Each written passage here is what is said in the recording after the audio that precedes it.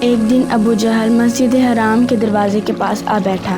پیغمبر اکرم صلی اللہ علیہ وآلہ وسلم مسجد سے باہر تشریف لائے تو وہ اپنا ہاتھ آستین سے باہر لایا اور کہنے لگا، محمد بتائیے میری مٹھی میں کیا ہے؟ اگر آپ نے صحیح جواب دیا تو میں اپنے ساتھیوں سمیت آپ پر ایمان لے آؤں گا۔ حضور صلی اللہ علیہ وآلہ وسلم نے فرمایا، تیرے ہاتھ میں ایک ڈبیا ہے جو ٹاٹ میں لپٹی ہوئی ہے۔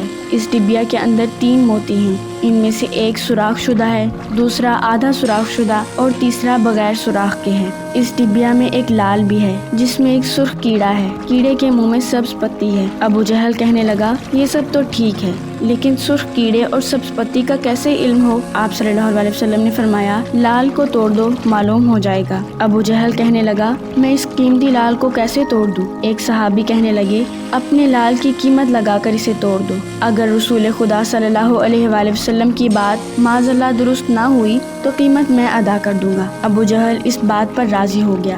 جب لال توڑا گیا تو سب نے دیکھا کہ اس میں چھوٹا سا سرخ کیڑا منہ میں سبز پتی لیے ہوئے موجود تھا۔ رسول اللہ صلی اللہ علیہ وآلہ وسلم نے اس کیڑے سے دریافت کیا کہ تم کب سے اس لال میں موجود ہو؟ کیڑے نے پہلے آپ صلی اللہ علیہ وسلم کی خدمت میں سلام عرض کیا، پھر کہا، مجھے نہیں معلوم لیکن اللہ تعالیٰ مجھے روزانہ 3 سبز پتی عطا فرماتا ہے۔ آپ صلی اللہ علیہ وسلم نے فرمایا، تیرا ذکر اور تسبیح کیا ہے؟ کیڑا کہنے لگا کہ خدا نے مجھے روزانہ 10 مرتبہ آپ صلی اللہ علیہ وسلم پر درود بھیجنے کا حکم دیا ہے، جس کی برکت سے وہ مجھے روزی دیتا ہے۔